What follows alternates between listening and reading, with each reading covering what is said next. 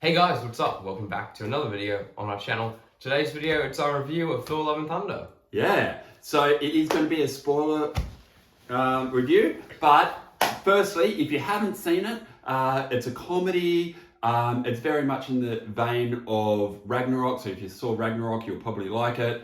And you really don't need to know too much, probably the Thor films, but it could be a standalone movie.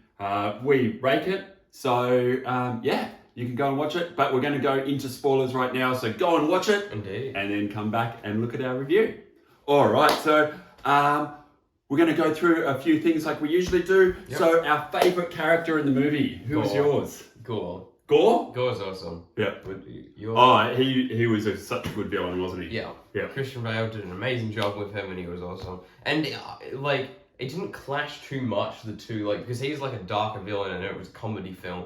I didn't feel like it clashed too much. Other people might say it did, but I feel like it went well together. Yeah. Korg was, I really like Korg. Yeah, Korg's but awesome. they're not really they are characters, but the goats were just the crack me goats up. were really They did an awesome job with them. So, and they've actually been around since the 70s in the comic books. Yeah. So they actually have powers and everything like that. So hopefully we see a lot more and they develop a little bit more. But that was just a fun really comedy kind of element in there. Your favourite scene? Our favourite scene? Yeah. The one scene that was quite funny was, I don't know if it was meant to be, it was meant to be funny, but when he has all the kids in the cage and Gore brings out this the snake and then rips his head off and throws it at the kids, that was really funny. Yeah, I love it. The scene, the fight scene in the Shadow World where it all goes black and white. That was awesome. Yeah, so that was great. That was amazing. And again, it's like such a serious battle, and then the goat comes out of nowhere and something. So I think they mixed that comedy element up really well. So, however, it wasn't a perfect movie. So, what is something that you would change in the movie? At the end, when Thor goes to stop him from going to eternity, and all the kids suddenly have thunder powers to fight off the darkness monsters while he fights Gore. I feel like that would have been so much better if they didn't have thunder powers. Instead, he brings Sif, because Sif was hardly used in the movie. She was wasted. And I reckon she would have been healed by then. So then you just bring Sif, and she doesn't have to be absolutely winning. She just has to be fending them off until then he throws Stormbreaker to her, and she takes them all back. I feel like that would work perfectly. Yeah. I feel like that would be a lot better than all the kids. It was funny in some parts, but I just don't really like that too much. Yeah, I don't like it that kids throughout the MCU are starting to get the powers of these people that have been around a long time. Like Thor's been around thousands of years, and then and his daughter at the end, or Gore's daughter, but Chris Hemsworth's daughter in real life.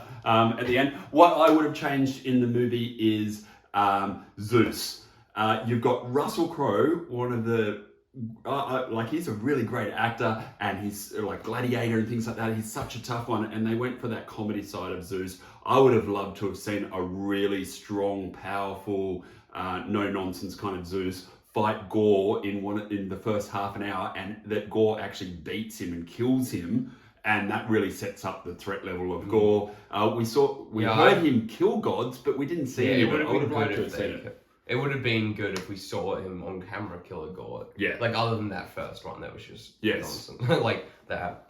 The big one lying there that they saw Sif with her lose her arm, that kind of scene. That would have been good. Now overall, how did you like it? I really like it. It's probably an 8. I really like it. Yeah. Look, my first watch, my expectations were really high on my first watch. So I would have rated it lower. But on my second watch, I was like, oh yeah, this is good. I was just had my expectations way too high. Oh, okay. Yeah, look, Thor Ragnarok is probably one of my most favourite MCU movies that aren't an Avengers. It is brilliant. Yeah, this didn't live up to it. And I think it was a bit I really love Guardians 1, Guardians 2, tried to find the same thing, but just didn't click. I think this was a bit like Guardians 2. Really good movie, but just didn't have the magic of the first one. Was it Loki missing? He really adds to a movie, but yeah, look, I would probably rank it out of 10. I would probably rank it at about 6.5, 7. Really enjoyable, but not up there in that top 5 of the MCU.